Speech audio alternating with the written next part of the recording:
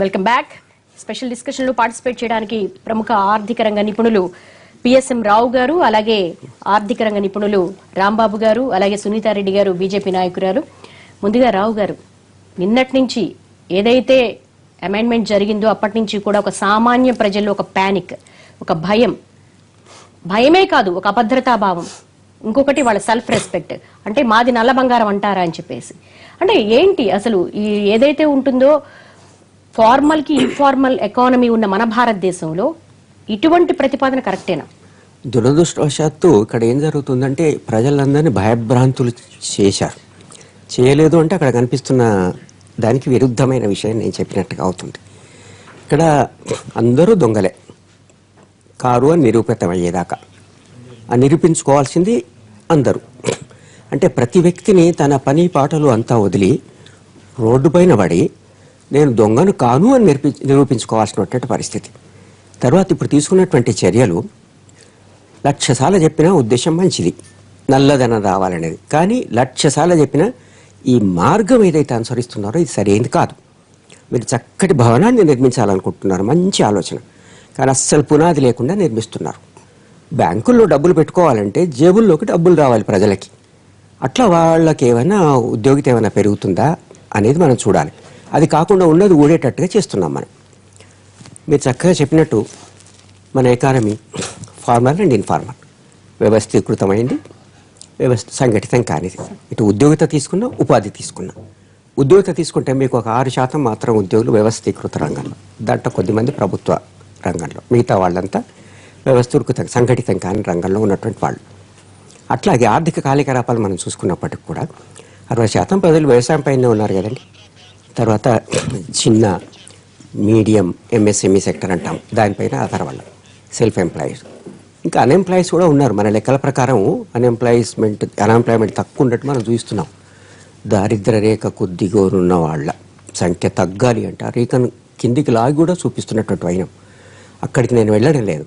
ఇక్కడ 70-80 కరెక్ట్ ఇదమిద్దంగా ఎవరు అంగీకరించడానికి సిద్ధంగా లేరు. ఎవరు లెక్కలు వాళ్ళకున్నాయి. ఆ లెక్కన 70-80% మనకు సంఘటితం కాకుండా ఉన్నటువంటి ఇక్కడ ఈ లావాదేవీలన్నీ మనం డబ్బు రూపేణ జరిగినప్పుడు దాన్ని ఒక్కసారి మనం ఆపేసినప్పుడు ఏం జరుగుతుంది? సరే, ఇవన్నీ మీరు ఆర్థిక విషయాలు పలానా అనవచ్చు. మన దేశంలో చట్టం కూడా ఉంది కదా. వారు బ్యాంకులోకి వెళ్ళి నా ఖాతాలో డబ్బులు ఉన్నప్పుడు నేను ఒక చెక్కు మీకు ఇచ్చినప్పుడు ఓ 10,000 pay to so and so, దానికి ఒక బేరర్ ఇన్స్ట్రుమెంట్ ఇస్తున్నాను. ఆ ఇన్స్ట్రుమెంట్ నేను బ్యాంకులో ఇచ్చినప్పుడు ఆ చెక్కు చెల్లుతుందా లేదా?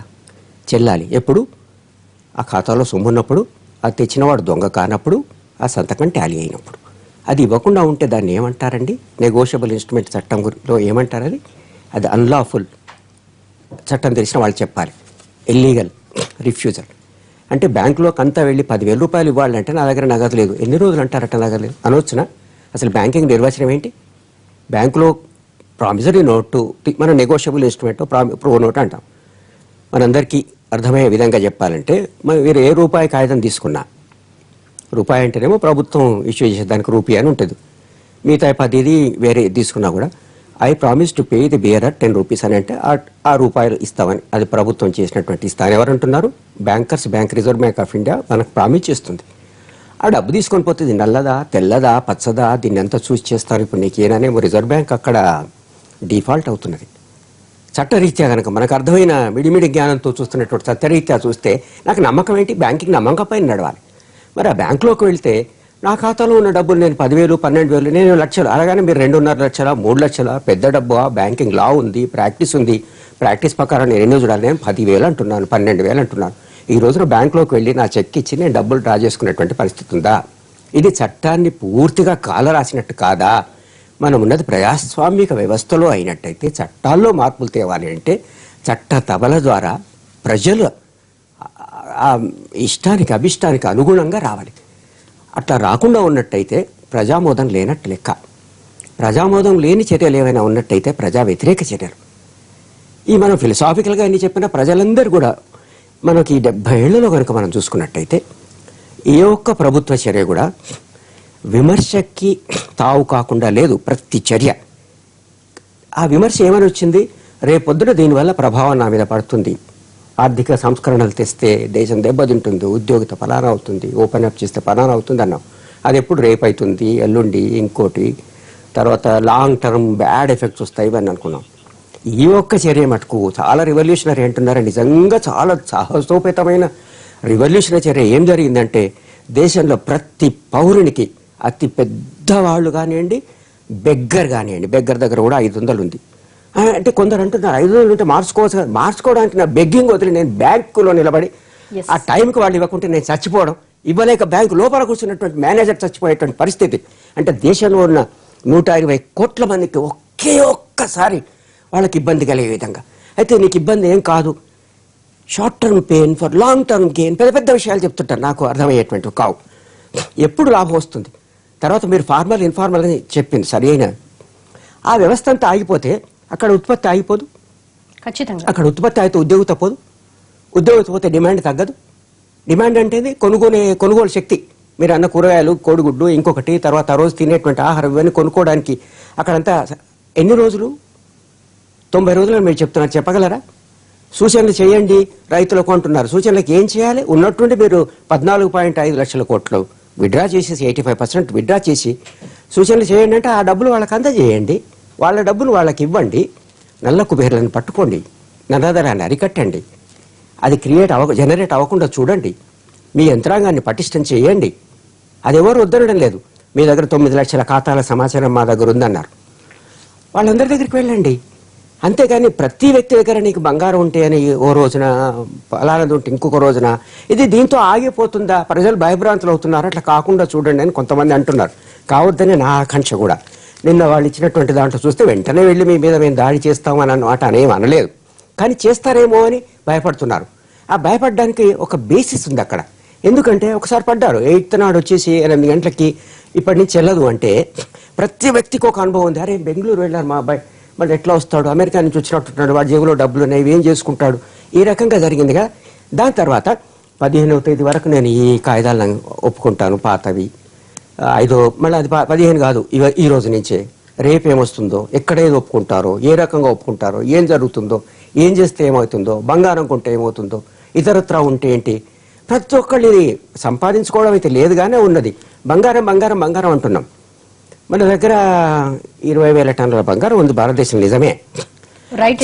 బంగారం నిల్వలు భారతదేశం, ఆ విషయానికి మళ్ళీ వద్దాము, మళ్ళీ డిస్కస్ చేద్దాము. రాంబాబు గారు మీరు చెప్పండి, మొన్న అమెండ్మెంట్ చేసింది ఐటీ చట్టం అసలు ఏం చెప్తుంది అంటే, దీన్ని గనక పరిభాషలో చెప్పుకున్న సామాన్యులకు అర్థమయ్యే రీతిలో చెప్పండి.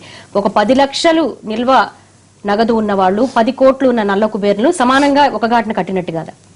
ఖచ్చితంగా ఇప్పుడు జరిగే పరిణామాలు చూస్తే ఆ రకంగానే వెళ్తోంది. ఎందుకంటే 8వ తేదీ తర్వాత నోట్ల రద్దు చేసిన తర్వాత అనేక రకాల statements even income tax department నుంచి, ప్రభుత్వాల దగ్గర నుంచి కూడా 200% పన్ను విధిస్తాం, 100% పన్ను విధిస్తాం, ఇవన్నీ కూడా ఒక పర్టికులర్ క్లాస్ని డైరెక్ట్ చేసి ఉండొచ్చు. బట్ ఆ క్లాస్ని అడ్రస్ చేయకుండా మొత్తం దేశాన్ని అడ్రస్ చేసినట్టుగా మాట్లాడారు. బట్ ఆ 200% పన్నులు విధించేటటువంటి చట్టాలు వాళ్ళ దగ్గర లేవు. దాన్ని అమెండ్మెంట్ చేయాల్సిన అవసరం వచ్చింది. అందుకనే పార్లమెంట్ సెషన్లో పార్లమెంట్ జరగకపోయినా, పార్లమెంట్లో గందరగోళం ఉన్నా, ఆ గందరగోళం మధ్యలో అమెండ్మెంట్స్ ప్రవేశపెట్టారు. అమెండ్మెంట్స్ ఏ రకంగా ప్రవేశపెట్టారు? ఏదైనా కనుక అన్డిస్క్లోజ్డ్ అమౌంట్ కనుకుంటే ఆ అన్డిస్క్లోజ్డ్ అమౌంట్ని ఈ సంవత్సరం ఉన్న రిటర్న్స్లో కనుక దాన్ని సబ్మిట్ చేస్తే 50% వరకు అన్ని పన్నులు వేయటం అనేటటువంటిది. అదే రకంగా ఒక 25%, మిగిలిన 50%లో 25% వడ్డీ లేకుండా రిజర్వ్ బ్యాంక్ ఆఫ్ ఇండియాలో జమ చేసి చివరికి 25%. ఇవన్నీ అమెండ్మెంట్స్ చేశారు.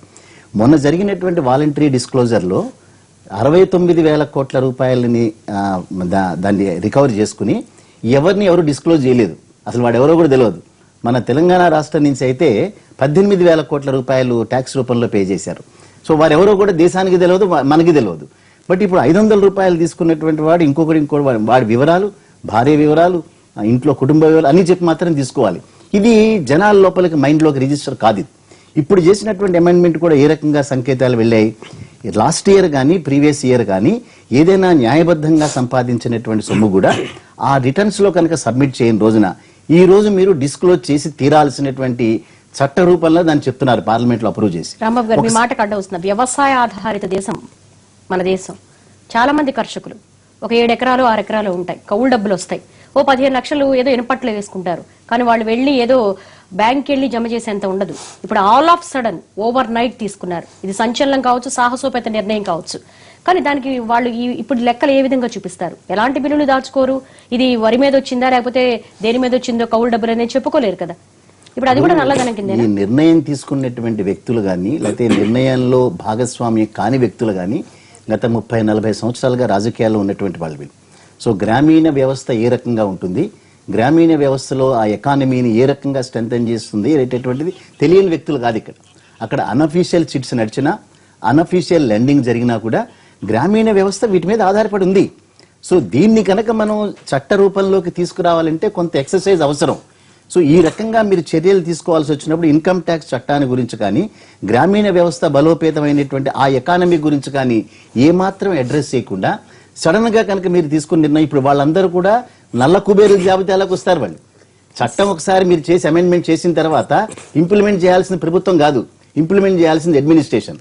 డిపార్ట్మెంట్ ఏ క్షణం కూడా ఆపమని కూడా ఉండదు. ఒకసారి కేసు ఓపెన్ చేసి అసలు డిపార్ట్మెంట్ కి మీరు చెప్పలేరు, డిపార్ట్మెంట్ కూడా వినదు. ఇప్పుడు ఇక్కడ కూడా ఈ క్యాష్ మానిటరింగ్ అనేటటువంటిది మీరు తీసుకోవాల్సిన నిర్ణయం కాదు, ఇది రిజర్వ్ బ్యాంక్ తీసుకోవాల్సిన నిర్ణయం. అక్కడేమో మీరు తీసుకున్నారు నిర్ణయం, ఇక్కడికి వచ్చేటప్పటికి ఇంప్లిమెంటేషన్ డిపార్ట్మెంట్ మీకు ఇచ్చారు ఇక్కడ. సో రేపటి నుంచి ఈ డిపార్ట్మెంట్ అనేటటువంటిది మోడీ గారు ఒక మాట కూడా మనం ఆలోచించాలి. అక్కడ ఆయన ఏమన్నారు, 1,00,000 మందినైనా సరే నేను డిపార్ట్మెంట్ లోకి అపాయింట్ చేసి వీళ్ళ సంగతి నేను తెలుస్తానని. వీళ్ళు అనేటటువంటి వ్యక్తులకు వేరే వాళ్ళు కావచ్చు ఆయన అడ్రస్ చేసింది. ఇప్పుడు డిపార్ట్మెంట్ ఏం చేసింది, ఆ 1,00,000 మందిని రిక్రూట్ చేసుకుని ఇక రకరకాల ప్రజల మీదకి ఈ రకమైనటువంటి ఆయుధాలు సన్నద్ధం చేస్తారు. అన్డిస్క్లోజ్ అనేటటువంటి 1,00,000 రూపాయలైనా 10 లక్షలైనా ఈ 10 లక్షలకు సంబంధించినటువంటి వ్యక్తులు న్యాయబద్ధంగా చట్టబద్ధంగా సంపాదించినా మీరు దాన్ని డిస్క్లోజ్ చేయలేదు కాబట్టి మీరు 10,000 కోట్ల రూపాయలకు సంబంధించిన వ్యక్తి ఒకళ్ళే అనేటటువంటిది రేపొద్దున డిపార్ట్మెంట్ వెళ్తుంది. So common thinking, common middle class thinking, ఒక నోటీస్ వస్తే చాలా పానిక్ సిచ్యుయేషన్ క్రియేట్ అవుతుంది. ఇప్పుడు ఎవరు కూడా ఇది మీరు ఆందోళన పడాల్సినటువంటి అవసరం లేదని ఈవెన్ ప్రభుత్వాలు చెప్పినా నమ్మేటటువంటి పరిస్థితుల్లో ప్రజలు లేరు. వాళ్ళు పానిక్ సిచ్యుయేషన్ క్రియేట్ చేసేసినారు. ఇవాళ ఒక టెండర్, ఇప్పుడు మనకి ఏదైనా ఒక కంపెనీ కనుక షేర్స్ కనుక చేస్తే అన్ని విషయాలు రాసి పైన కింద కండిషన్స్ అప్లై అని రాస్తారు.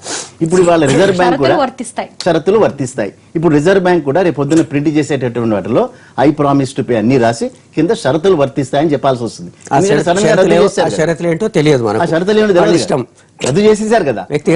కామన్ మ్యాన్ కూడా నా కరెన్సీ ఏదైతే reserve bank governor I promise అనేటటువంటి మాట ఇచ్చిన తర్వాత కూడా అర్ధరాత్రి 12 తర్వాత ఇది చిత్తు కాగితంతో అయిపోయినప్పుడు రేపొద్దున్న నా బ్యాంక్ అకౌంట్ కూడా రేపొద్దున్న ఇంకొక రాజకీయ నాయకుడు వచ్చి దేశం కోసం నేను చేస్తాను అనరన్న గ్యారంటీ ఏమిటి? ఏ రకంగా నమ్మాలి? కరెన్సీనే నమ్మేటటువంటి పొజిషన్స్ లో లేదు. రిజర్వ్ బ్యాంక్ ఆఫ్ ఇండియా అనేక మాటలు చెప్తోంది సప్లై చేశామని. బట్ బ్యాంకులకు వెళ్తే 24,000 రూపాయలు కాదు 5,000 రూపాయలు కూడా పే చేయడం లేదు. జీతాలు పే చేసే పరిస్థితిలో లేరు, పెన్షన్లు పే చేసే పరిస్థితిలో లేరు. చిన్న చిన్న కుటుంబ వ్యాపారస్తులు ఎవరైతే ఉన్నారో ఏ రకమైన యాక్టివిటీ జరగలేదు. ఉద్యోగస్తులు ఒక రోజు ఆందోళన చేస్తే ఎన్ని వేల కోట్ల రూపాయలు నష్టపోయినాయని చెప్పి ఆలోచించేటటువంటి దేశంలో ఇవాళ 20 రోజులు 25 రోజులుగా ఏ రకమైన వ్యాపారం జరగట్లేదు. ఇంకో నెల రోజులు బ్యాంకింగ్ యాక్టివిటీ జరగదు. నిన్న రిజర్వ్ బ్యాంక్ ఆఫ్ ఇండియా మళ్ళీ అదే సిఆర్ఆర్ మెయింటైన్ చేస్తూ మీరు ఇంక్రిమెంటల్ గా దాని మీద మళ్ళీ మీరు పే చేయాలని చెప్పారు. అంటే అక్కడ ఏమాత్రం ఇంట్రెస్ట్ లేకుండా దాచేటటువంటి డబ్బుని రిజర్వ్ బ్యాంక్ ఆఫ్ ఇండియా మళ్ళీ బ్యాంకుల మీద ఒక బండ పడేసింది. ఆల్రెడీ ఇబ్బడి ముబ్బడిగా వస్తున్నటువంటి డిపాజిట్స్ లెండింగ్ యాక్టివిటీ లేదు. వారికి 4% పే చేయాలి, కన్వర్ట్ చేసినటువంటి ఎఫ్డిఆర్లు చేయాలి. అంటే బ్యాంకుల్ని దెబ్బతీశారు. ప్రజలందరూ లైన్లలో నిలబడి చనిపోయినటువంటి కుటుంబాలకి కనీసం సానుభూతి తెలుపుదామన్నా కూడా ఆ సానుభూతి కూడా తెలపరు. ఎవరు కూడా అనవసరంగా చనిపోయినారనే మాటలు వస్తున్నాయి. గుళ్ల ముందు మీరు లైన్లో నిలబడి తొక్కిసలాట్లయితే అక్కడ చనిపోవటం లేదా అని వారు వీరు మాట. అంతకంటే అన్యాయం ఉండదు. చనిపోయిన వ్యక్తుల మీద కూడా ఎందుకు చనిపోయిన తెలుస్తోంది కదా. అక్కడ కొంతమంది నేను పెళ్లిళ్ళకి వచ్చేటప్పటికి మనమే చూసాం, పేర్లు మనం అనవసరంగాని జనార్దన్ రెడ్డి గారు వారి డాక్టర్కి ఏ రకంగా పెళ్లిళ్ళు చేశారు, కేంద్ర మంత్రులు, రాష్ట్ర మంత్రులు అన్ని సవ్యంగానే జరుగుతూనే ఉన్నాయి కదా. సామాన్య మానవుడికి మాత్రం 8 తర్వాత డిపాజిట్ 8 కంటే ముందు డిపాజిట్ చేసుకున్న వాటి మీదనే మీరు విత్డ్రా చేసుకోవాలి. ఎవరికైతే పే చేస్తారో వాళ్ళకి అకౌంట్స్ ఉండకుండా ఉండాలి. రకరకాల కండిషన్లు, అది కూడా December 31 లోపలైతేనే మీకు ఇవన్నీ. అంటే నేను దాచుకున్న డబ్బు, నేను కష్టపడి సంపాదించిన డబ్బు. ఒక చిన్న లైవ్ తీసుకుందాము. కర్మన్ ఘాట్ నుంచి మా ప్రతినిధి ప్రతిభ సిద్ధంగా ఉన్నారు. ప్రతిభ, ఏమంటున్నారు అక్కడ మహిళలు? తమ ఇంట్లో బంగారానికి, తమ ఒంటి మీద ఉన్న బంగారానికి, తమ దగ్గర ఉన్న బంగారం నల్ల బంగారం అంటే ఊరుకుంటా ఉంటున్నారా ఏంటి? Public talk. Right. Right, thank you Devi. అయితే ఇక్కడ మనం ఇప్పుడు కర్మన్ ఘాట్ లో నేను మహిళలతో మాట్లాడిన తర్వాత నాకు అర్థమైన విషయం ఏంటంటే 2 యాంగిల్స్ ఇక్కడ కనిపిస్తున్నాయి. కొంతమంది మహిళలు పాజిటివ్ గా ఉన్నారు, కొంతమంది మహిళలు నెగిటివ్ గా ఉన్నారు. కేంద్ర ప్రభుత్వం దగ్గర ఉన్న బంగారానికైతే లెక్కలు ఉన్నాయి, కానీ జనాల దగ్గర ఎంత బంగారం ఉన్నది అనేది ఎలా లెక్కలు కడతారు అని వీళ్ళు ప్రశ్నిస్తూ ఉన్నారు. అసలు అది అమలు సాధ్యమేనా అని ప్రశ్నిస్తున్నారు. ఒకవేళ నిజంగా ప్రధానమంత్రి మోడీకి వాళ్ళు సపోర్ట్ చేస్తూ ప్రతి ఒక్క మహిళ కూడా తమ దగ్గర ఉన్న బంగారం లెక్కలు చూపించడానికి సిద్ధమైతే ఎంతవరకు నల్ల బంగారాన్ని బయటకు తీసుకురాగలుగుతారు, ఎంతవరకు ఇది డిజిటలైజేషన్ చేయగలుగుతారు, ఆన్లైన్ కొనుగోళ్లు ఎంతవరకు సాధ్యపడతాయి, ఇలాంటివన్నీ కూడా రకరకాల ప్రశ్నలు ఒక్కొక్కళ్ళు ఇంటెలెక్చువల్స్ గా ఇక్కడ మాట్లాడుతూ ఉన్నారు. మీరే విందురు గాని వాళ్ళ అభిప్రాయాలన్నీ. మీ పేరండి? నా పేరు గాయత్రి అండి. గాయత్రి గారు చెప్పండి, మీరు దీనికి సపోర్ట్ చేస్తారా? అంటే ప్రతి ఒక్కరు కూడా లెక్కలు చూపించాలి బంగారానికి, ఇంత పరిమితికి మించి బంగారం పెట్టుకోవద్దు, ఫ్యూచర్ కొనుగోళ్లన్నీ కూడా ఆన్లైన్ ద్వారా చేస్తేనే దేశానికి మంచిది అని చెప్తున్న మోడీ డెసిషన్ ని మీరు సపోర్ట్ చేస్తారా? నేను 100% సపోర్ట్ చేస్తాను. దీనివల్ల కామన్ పీపుల్కి ఎలాంటి ప్రాబ్లం లేదు. 1 kg బంగారము ఒక మిడిల్ క్లాస్ ఫ్యామిలీలో అంతకంటే ఎక్కువ ఉండదు. ఎప్పుడైతే ఈయన నోట్లు రద్దు చేశారో అప్పుడు ఆయన పర్టికులర్గా చెప్పారు కూడా, 8 నవంబర్ తర్వాత ఎవరైతే బంగారం కొనుగోలు చేశారో వాళ్ళు లెక్కలు చూపించమంటున్నారు. వారసత్వ సంపద గురించి, స్త్రీధనం గురించి ఆయన నేను టచ్ చేయను అని చెప్తున్నారు. కాబట్టి ఇది మిడిల్ క్లాస్ వాళ్ళకి, మా కామన్ పీపుల్కి మాత్రం ప్రాబ్లం కాదు. ఎవరైతే ఈ నల్లధనాన్ని దాచిపెట్టుకొని దాన్ని బంగారం రూపంలో మార్చుకున్నారో వాళ్ళకి మాత్రమే ప్రాబ్లం. మనం బంగారం కొన్నా ఆయన లెక్క చూపించి కొనమంటున్నారు. మనం నీతి నిజాయితీగా ఉంటే భయపడాల్సిన అవసరమే లేదు. I support Narendra Modi. ఇంటికి వచ్చి తనిఖీలకు వచ్చి మీ దగ్గర ఉన్న బంగారం చూపించండి అంటే మీరు చూపించడానికి 100% చూపిస్తాను. 100% చూపిస్తాను. రైట్, ఇది దేశానికి ఏ విధంగా మేలు చేస్తుందని మీకున్న అవగాహన ప్రకారం ఏమనుకుంటున్నారు మీరు? దీనివల్ల మన రూపాయి విలువ పెరుగుతుంది. మనము ప్లాస్టిక్ కరెన్సీ యూజ్ చేయడం వల్ల అవినీతి నిరోధించబడుతుంది. ప్రతి దానికి మనం లెక్క చూపిస్తాం. ఎప్పుడు ఎదిగిపోతున్న వాడు ఎదిగిపోతున్నాడు, కింద స్థాయి వాడు కింద స్థాయిగానే ఉండిపోతున్నాడు. దానికోసం ఆయన ఒక విప్లవం, ఒక ఉద్యమం తీసుకొచ్చాడు. దీనికి ప్రజలు సపోర్ట్ చేయకపోతే ఆయన అనుకున్న దానికి మనము చేరలేము. మనం కొన్ని రోజులు ఇప్పుడు నోట్లు రద్దు చేయడం వల్ల ఏటీఎంలలో ప్రాబ్లం అవుతుంది, కానీ ఇది కొన్ని రోజులు ప్రాబ్లం వల్ల మన తర్వాత ఫ్యూచర్, మన వారసులు ఏమంటారు నీతి నిజాయితీగా బతకగలుగుతారు. కాబట్టి నేను 100% నరేంద్ర మోడీకి సపోర్ట్ చేస్తాను. రైట్, నెక్స్ట్ మీరు? నేను కూడా సపోర్ట్ చేస్తున్నా అండి. ఎందుకంటే యాక్చువల్గా నల్లధనాన్ని చెయ్యమని అంటే అక్కడి నుంచి స్విస్ బ్యాంక్ నుంచి తీసుకురమ్మని అంటున్నారు. కానీ ఇక్కడ ఉన్న దాన్ని బ్లాక్ చేయకుండా అక్కడ నుంచి నల్లధనాన్ని తీసుకొస్తే మళ్ళీ వీళ్ళు ఈ రాజకీయ నాయకులు ఏం చేస్తారండి? మళ్ళీ ఏదో వాళ్ళు తీసేసుకోవటం తప్పితే కొత్త కరెన్సీ జనరేట్ అవుతూనే ఉంటుంది. అవుతుంది. అందుకనే ముందు స్టెప్ ఏంటంటే వీళ్ళు ఇప్పుడు నిన్న మొన్న చాలా చూసాం మనం. ఎందుకంటే ముందు మీరు నల్లధనాన్ని తీసుకెందుకు రాలేదు అన్నారు. తీసుకెందుకు రాలేదంటే ఇదే ఆయన పాయింట్. తీసుకొచ్చిన తర్వాత ఉపయోగం ఉండదు. ఎందుకంటే ముందు ఇక్కడ బ్లాక్ చేస్తే అక్కడ నల్లధనం వస్తే మళ్ళీ ఇంప్లిమెంటేషన్ అంటే జనాల్లో రొటేట్ అవుతుంటది. సో అందుకనే నేను మళ్ళీ ఫ్యూచర్కి అయినా సరే నేను నరేంద్ర మోడీ గారు 100% అండి. అసలు లేడీస్ కూడా 100% సపోర్ట్ చేయాలి. ఎందుకంటే ఇప్పుడు 30,000 ఉందండి, ఒక తులం బంగారం 30 ఉందంటే ఫ్యూచర్లో ఎలా ఉంటుంది? వీళ్ళందరిది కలిపితే ఇది కంటిన్యూషన్ అవుతే 1 lakh అయినా పోతుంది. అప్పుడు మిడిల్ క్లాస్ వాళ్ళు కనీసం ఒక తులం కూడా కొనుక్కోలేరు. ఇక బిలో యావరేజ్ ఉంటారు, వాళ్ళైతే కనీసం ఒక ముక్కు పుడక కూడా కొనుక్కోలేని పరిస్థితి ఉంటుంది. ఇది ఇంప్లిమెంటేషన్ ఉంటే మన దగ్గర ఇప్పుడు మనం ఇంకా కొనుక్కునే పరిస్థితి. ఎందుకంటే మీరు కొనుక్కోండి, 50 తులాల వరకు కొనుక్కోమంటారు. అంతకంటే ఎక్కువ అయితే పెట్టుకోలేం కదా. ఒక అమ్మాయి పెట్టుకోవాలి అంటే మ్యారేజ్ అయిన అమ్మాయి ఓ వడ్రాణము, ఒక నెక్లెస్, హారం వస్తుంది, ఇవన్నీ వస్తున్నాయి, సరిపోతుంది కదా. ఇంకేంటి ప్రాబ్లం? 500 grams ఒక మిడిల్ క్లాస్ పర్సన్ దగ్గర చాలా ఎక్కువ అంటారు ప్రస్తున్న పరిస్థితిలో. లేకపోతే దీనివల్ల ఇప్పుడు ఎట్లా ఉంటుందంటే ఇంటర్నల్ ఆస్పెక్ట్స్ చాలా ఉంటాయి, దానికి లింకప్ అయి ఉంటాయండి. మరి అవన్నిటిని చేయాలంటే ఇప్పుడు రేపొద్దున ఇప్పుడు 1 కోటి రూపాయలు డొనేషన్ అడుగుతున్నారు MBBSకి.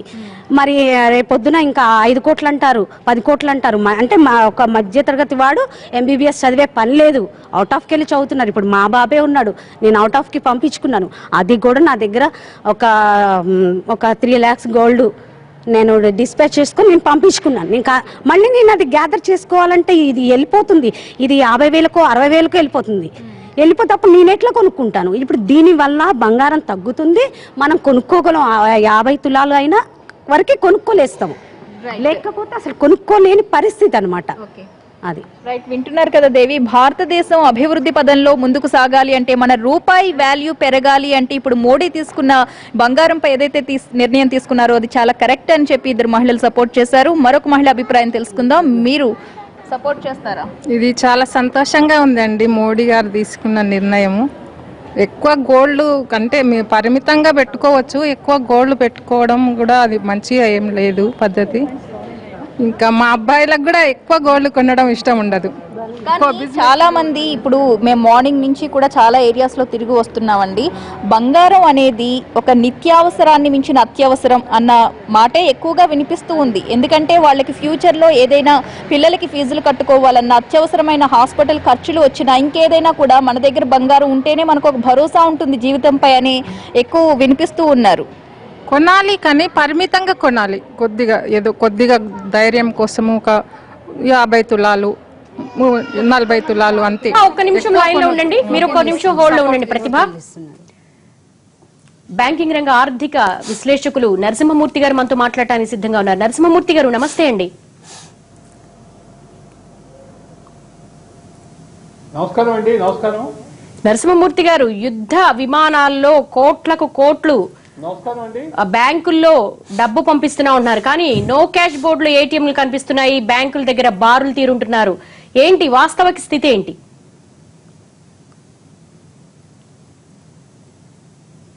నాకు 2 రకాలు కనిపిస్తుందండి. ఒకటి ఏమిటంటే మనీ పంపిస్తున్నారు, బాగానే డిస్ట్రిబ్యూట్ అవుతుంది, కాకపోతే కొంతమంది ఇంకా హోల్డింగ్ చేస్తున్నారని డౌట్ గా ఉంది.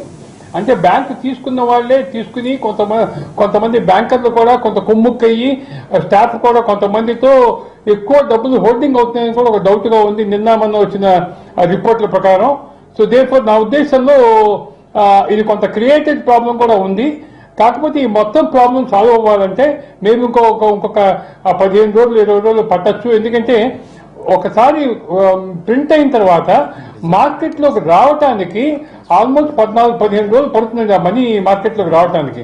అంటే డిస్ట్రిబ్యూషన్ బ్లూ బుక్ ప్రకారం, ఎస్ఓపి ప్రకారం మింటి నుంచి ఆర్బీఐ టెస్ట్కి రావటం, ఆర్బీఐ నుంచి బ్రాంచెస్కి రావటం, బ్రాంచెస్ నుంచి చిన్న బ్రాంచెస్కి రావటం, బ్యాంకులకు రావటం, బ్యాంక్ నుంచి బ్రాంచెస్కి, ఆ system will take some time అండి.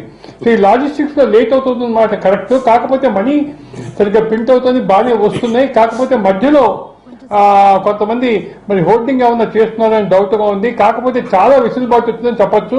ఆల్మోస్ట్ అన్ని చోట్ల కూడా పట్టణాల్లో కనుక షార్టేజ్ ఎక్కువగా ఉందని నేను అనుకోవట్లేదండి. నరసింహమూర్తి గారు, ఒక మీ మాటకు అడ్డొస్తున్నాను. అంటే రిజర్వ్ బ్యాంక్ మీరు ఏమైనా సలహా ఇవ్వగలరా? అంటే ఇన్ఫ్లో అవుట్ఫ్లోకి సంబంధించి. అంటే ఇప్పుడు ఇన్ఫ్లో అవుట్ఫ్లో విషయంలో అండి, రిజర్వ్ బ్యాంక్ ఈ డూయింగ్ మిగతా ప్రింటింగ్ ప్రెసెస్, అంటే గవర్నమెంట్ కింద 2, రిజర్వ్ బ్యాంక్ కింద 2, 4 ప్రింటింగ్ ప్రెసెస్ ఉన్నాయి. రిజర్వ్ బ్యాంక్ కింద ప్రింటింగ్ ప్రెసెస్ 2000 చేసేవి, అవి కూడా 500కి మార్చారు. ఇప్పుడు మొత్తం అందరూ 500 నోట్లు ప్రింట్ చేస్తున్నారు. అందుకని బేసిక్ గా వాళ్ళు చేయాల్సిన పని ఏం లేదు, 2 షిఫ్ట్ పనిచేస్తున్నారు, వాళ్ళు సిన్సియర్ గా పనిచేస్తున్నారు. కాకపోతే ఇక్కడి నుంచి ఈ సర్క్యులేషన్ ఉన్న లాజిస్టిక్స్ ని మనం కాంప్రమైజ్ అవ్వమని కానీ, అక్కడ సిస్టమ్స్ కొన్ని వద్దని కానీ మనం చెప్పే పరిస్థితి లేదండి. అక్కడ స్ట్రాంగ్ ఎస్ఓపీస్ ఉంటాయి.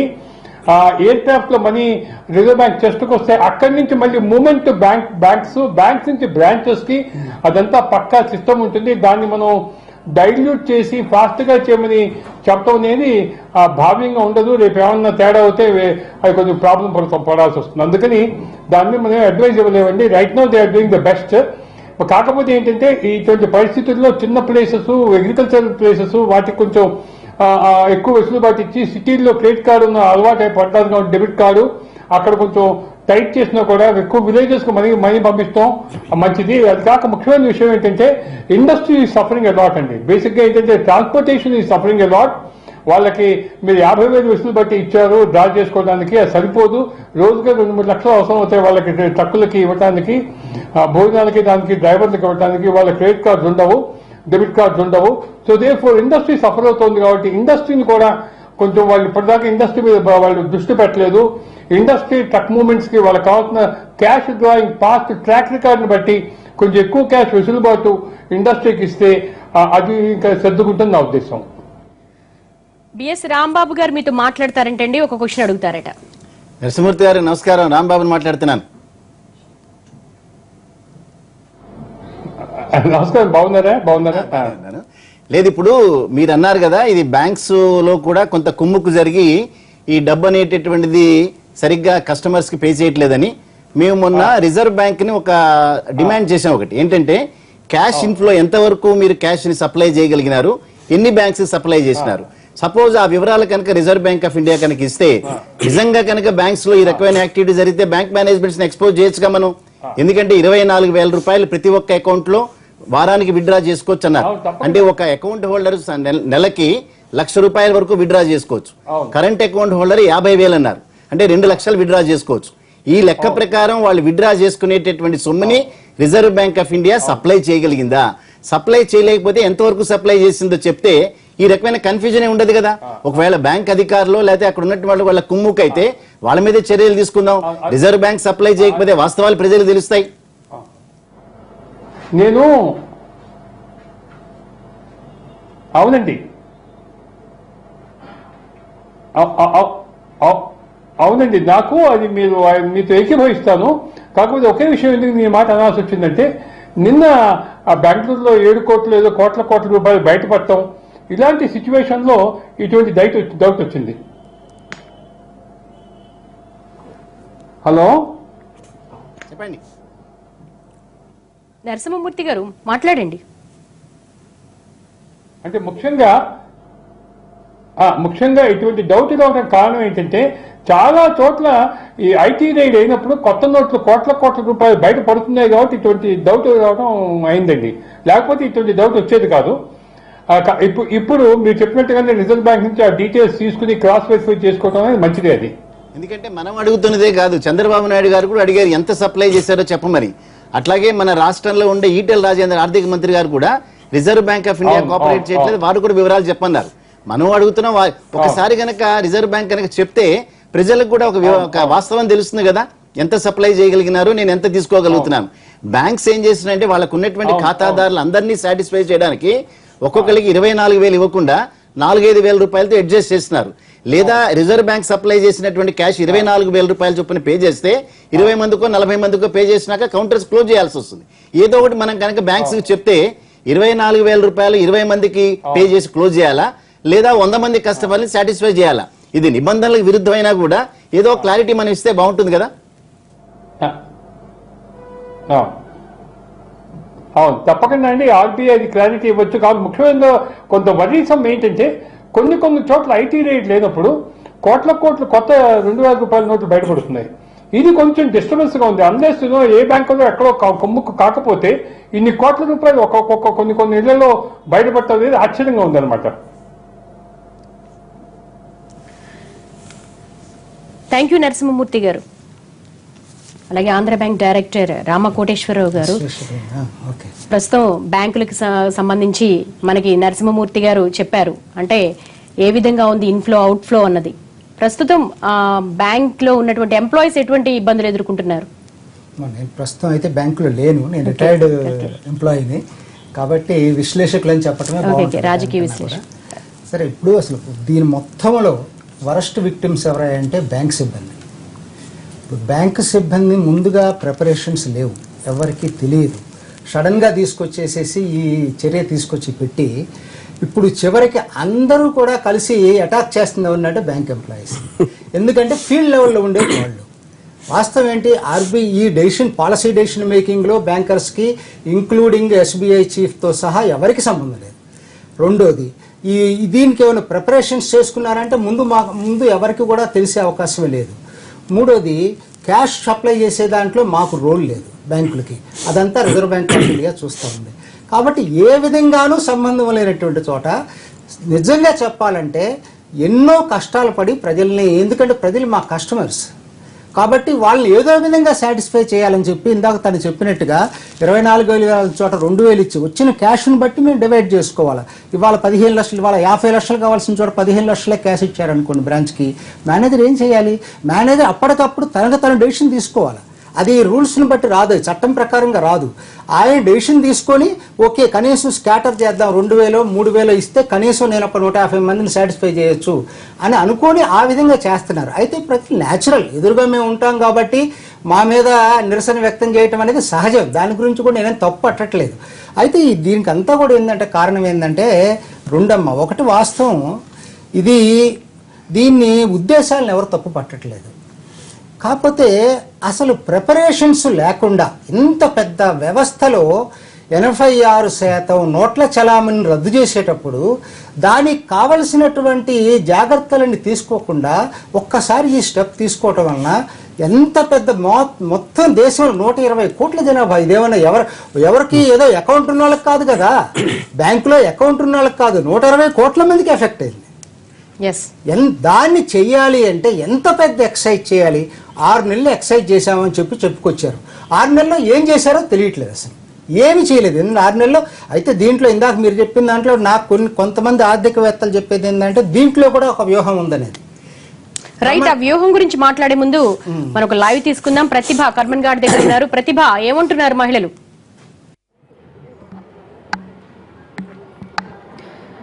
థ్యాంక్ యూ దేవి. ఇప్పుడు మనం ఇందాకే కొద్దిసేపటి క్రితం చూసాం కదా, ప్రధానమంత్రి మోడీ తీసుకున్న నిర్ణయాన్ని సానుకూల దృక్పథంతో ఆలోచించి ఎంతో లోతుగా విశ్లేషణ చేసిన విశ్లేషణని మనం చూసాం. ఎందుకంటే ఇప్పుడు మనం సపోర్ట్ చేసినట్లయితే రేపు ఫ్యూచర్ కి భారతదేశం అభివృద్ధి పదంలో దూసుకుపోవడానికి, అలాగే మన రూపాయి వాల్యూ పెరగడానికి ఇది చాలా ఉపయోగపడుతుంది అని మరి ఇంకా చాలా మంది మహిళలు మన దగ్గర వాళ్ళ అభిప్రాయాలు పంచుకోవడానికి సిద్ధంగా ఉన్నారు. మాట్లాడదాం. మీరు సపోర్ట్ చేస్తారా అండి? లెక్కలు చూపించడానికి 500 గ్రాములు పరిమితికి మించి మీ దగ్గర ఉంచుకోకపోవడానికి, ఫ్యూచర్ లో ఆన్లైన్ ద్వారానే కొనుగోలు జరపడానికి మీరు సపోర్ట్ చేస్తారా? ఓకే, సపోర్ట్ చేయడమా వద్దా అనేది ఇష్యూ తర్వాత అండి. ఫస్ట్ ఆఫ్ ఆల్ ఏంటి అంటే సామాన్య ప్రజలే అని కాదు, ప్రతి ఒక్కరూ ఈరోజు కష్టపడి సంపాదించి ఎంతో కూడబెట్టుకున్న డబ్బుతోనే బంగారం కొనుక్కోవడం అనేది జరుగుతుంది.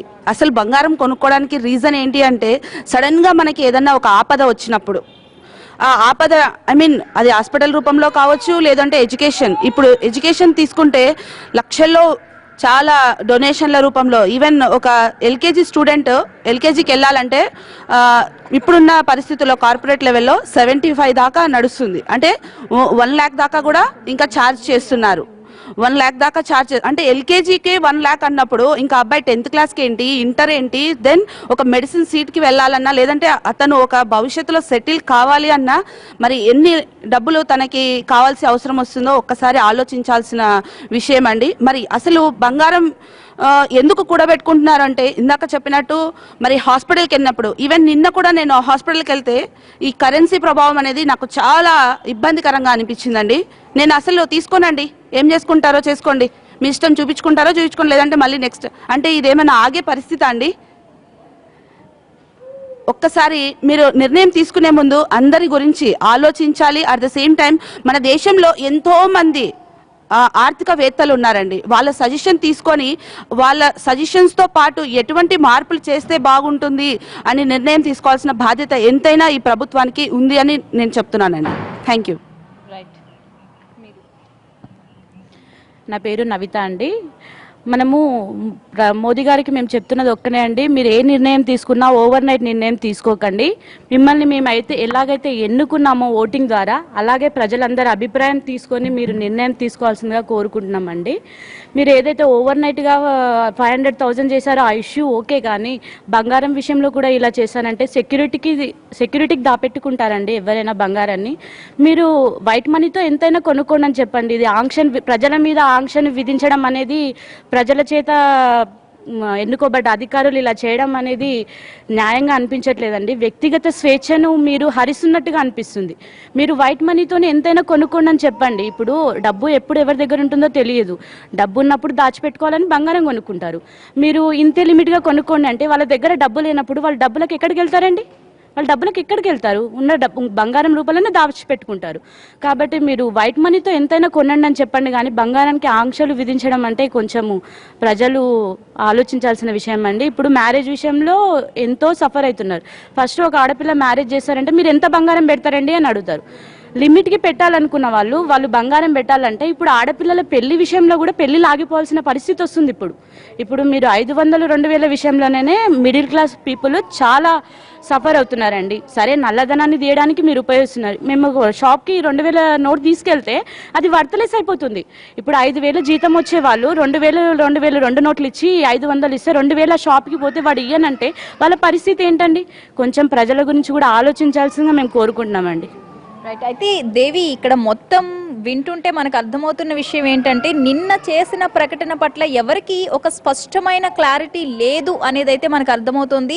ఎందుకంటే ఏదైతే ఈ 500 గ్రాముల బంగారం ఒక వివాహిత దగ్గర, 250 గ్రాముల బంగారం అవివాహిత దగ్గర ఉండొచ్చు అని ప్రకటన చేశారో దాంట్లోకే వంశపారంపర్య బంగారం కూడా కలుపుతారా? పన్ను కట్టి మన దగ్గర ఉన్న ఆదాయంతో కొనుక్కున్న బంగారం అన్ని కలిపి 500 గ్రాముల్లో ఉన్నాయా అనేది వీళ్ళకి క్లారిటీ ఉందా లేదా అనే విషయం మాత్రం నాకు ఇప్పటివరకు అర్థం కాలేదు.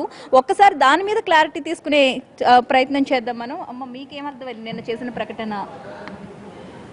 యాక్చువల్గా దాంట్లో అసలు క్లారిటీ లేదండి. ఫస్ట్ ఆఫ్ ఆల్ క్లారిటీ ఎందుకు లేదు అంటే ప్రతి దానికి బిల్లు అవసరము అని చెప్పారు. మరి అంటే ఇంతకుముందు ఉన్న దానికి బిల్ అవసరమా, లేకపోతే ఇప్పుడు కొనదానికి బిల్ అవసరమా, ఇంకా కొనబోయే దానికి బిల్ అవసరమా అనేది కూడా క్లారిటీ లేదు. ఈవెన్ సపోజ్ ఇంకా ఏమంటున్నారంటే ఈవెన్ రేపు ఎవరికన్నా ఒక 1 తులా గోల్డ్ ఇవ్వాలి అన్నా వెళ్ళి వాళ్ళకి రిసిప్ట్తో పాటు ఆ 1 తులా గోల్డ్ కూడా ఇవ్వాలి అంటే అది ఎంతవరకు సాధ్యమో. ప్లస్ ఇంకొకటి, మొన్న ఈ మధ్యలో గాలి జనార్దన్ గారు చాలా గ్రాండ్గా పెళ్లి చేశారండి వాళ్ళ డాటర్ది. మరి యాక్చువల్గా అలాంటి వాళ్ళపైన చర్యలు ఎందుకు తీసుకోవట్లేదండి ఈ ప్రభుత్వము? ఫస్ట్ నల్ల కుబేరుల దగ్గరికి వెళ్ళి ఆ తర్వాత సామాన్యుల దగ్గరికి ప్రక్షాళనతో రమ్మంటారు. రైట్. మీకు నిన్న చేసిన ప్రకటన ఏ రకంగా అర్థమైంది? అదే అండి, నాకేంటంటే ఇప్పుడు ఇవాళ ఏం చెప్పారంటే ఇప్పుడు 500 గ్రాములు ఉంచుకోవచ్చు అన్నారు కదా. పాత ఎప్పటి నుంచో అంటే 20 years 30 years ఎప్పటి నుంచి వచ్చినా సరే మీకు ప్రాబ్లం లేదు అన్నారు. లేదు అన్నారంటే అప్పటికి బిల్లులు ఉండవని గవర్నమెంట్కి కూడా తెలుసు. సో దాన్ని ఎగ్జంప్షన్ ఉంటుందనే అనుకుంటున్నాను. ఆఫ్టర్ ది November 8th గురించే క్లారిటీగా చెప్తున్నారు. ఓకే, అంటే మీకు అర్థమైంది ఏంటంటే November 8th తర్వాత ఏదైతే కొనుగోళ్లు జరిగాయో వాటి మీద మాత్రమే గవర్నమెంట్ లెక్కలు తీసుకుంటుందని మీరు అనుకుంటున్నారు. రైట్. నాది సేమ్ అభిప్రాయం అండి. అది ఆ రోజుల్లో బిల్లులు పెట్టి అట్లా పెట్టి ఎవరు కొనుక్కున్నది లేదు. ఇప్పుడంటే మనకి గోల్డ్ షాప్లు వచ్చాయి, మనం వెళ్ళి కొనుక్కుంటున్నాము, బిల్స్ ఉంటున్నాయి. అప్పుడు ఏముంది, గోల్డ్ స్మిత్ దగ్గరికి వెళ్ళి చేయించుకునే వాళ్ళు ఎవరి దగ్గర బిల్లులు ఉండేవి కాదు. అవి ఆయన అడగరు, నాకు తెలిసి ఆయన అడగరు. ఆయన క్లారిటీ ఇచ్చింది, క్లియర్గా క్లారిటీ ఇచ్చారు. 8th November తర్వాత ఎవరైతే ఈ 500,000 రూపీస్ నోట్స్ తీసుకెళ్లి బంగారం కొనుక్కున్నారో వాళ్ళు లెక్క చెప్పమని ఆయన చెప్తున్నారు. మరి క్లియర్గా ఆయన చెప్పారు కదా 500 గ్రాముల బంగారం ఉండొచ్చు, అది కూడా కరెక్ట్ గా పన్నులు అన్ని కట్టి ఉంటేనే ఏ ఆదాయం ద్వారా కొన్నారు అనేది కూడా ప్రశ్నించారు కదా. మరి దాని గురించి ఏమర్థమైంది మీకు? అది November 8th తర్వాత కొన్న వాళ్ళకి, అంతకు ముందు November 8th తర్వాత 500 గ్రాములు కొన్న వాళ్ళకని మీరు అంటున్నారా? అంతే. ఎందుకంటే వారసత్వంగా వచ్చిన వాటికి కుప్పలు బంగారానికి ఎవరి దగ్గర బిల్స్ ఉండవు, అడగరు. నాది రైట్. దేవి, అయితే మీరు ఇక్కడ ఒక విషయం గమనించాల్సి ఉంది. మనకి అక్కడ స్టూడియోలో ఆర్థిక నిపుణులు విశ్లేషణ చేస్తున్నారు కాబట్టి ఇక్కడ మహిళలందరికీ కూడా అర్థమవుతుంది. అదే మార్నింగ్ నుంచి నేను మాట్లాడిన వాళ్ళందరూ వ్యక్తం చేసిన అభిప్రాయం అదే. November 8 తర్వాత ఏవైతే కొనుగోలు జరిగాయో వాటి మీద మాత్రమే లెక్కలు చూపించమని మోడీ అడుగుతున్నారు అని చెప్తున్నారు. అంతవరకే వాళ్ళకి అర్థమైంది. కానీ దీంట్లో చాలా క్లారిటీ రావాల్సిన అంశం అయితే దాగి ఉంది. అది మన విశ్లేషణలో మనం ఆర్థిక నిపుణులను అడిగి తెలుసుకోవచ్చు. దానికంటే ముందు ఇంకా ఇక్కడ పురుషులు కొంతమంది ఉన్నారు, వాళ్ళ అభిప్రాయం కూడా తెలుసుకుందాం. సార్, మీరు సపోర్ట్ చేస్తారా ఈ డిసిషన్? నేను సపోర్ట్ చేస్తున్నాను మేడం. కానీ దీంట్లో ఈ విషయంలో కొంత క్లారిఫై చేయవలసిన విషయం ఏంటంటే 500 గ్రాములు పెళ్ళైనటువంటి వాళ్ళకు, 250 గ్రాములు అమ్మాయిలకు, 100 గ్రాములు అబ్బాయిలకు అనేటటువంటి ఇవన్నీ ఉన్నాయి కదా. ఈ టీవీ న్యూస్లో కానీ పేపర్లకు వచ్చినటువంటివన్నీ ఇవన్నీ కొంచెం క్లారిటీ ఉంటే దాని విషయం గురించి చెప్పడానికి వస్తుంది. కానీ ఇది పాత ఓల్డ్ అయితే ఏం కాదు, ఆఫ్టర్ 8th తర్వాతనే ఈ విషయం వచ్చింది, ఇప్పుడు ఇష్యూ వచ్చినటువంటిది. రైట్ ప్రతిభ, అసలు జైట్లీ నిన్న ఇచ్చిన ట్వీట్లో క్లారిటీ ఏంటి? అసలు ఈ వారసత్వ చట్టబద్ధత పైన ఉన్నటువంటి బంగారం ఎంతైనా ఓకేనా? మనం వాటి గురించి వివరాలు తెలుసుకునే ముందు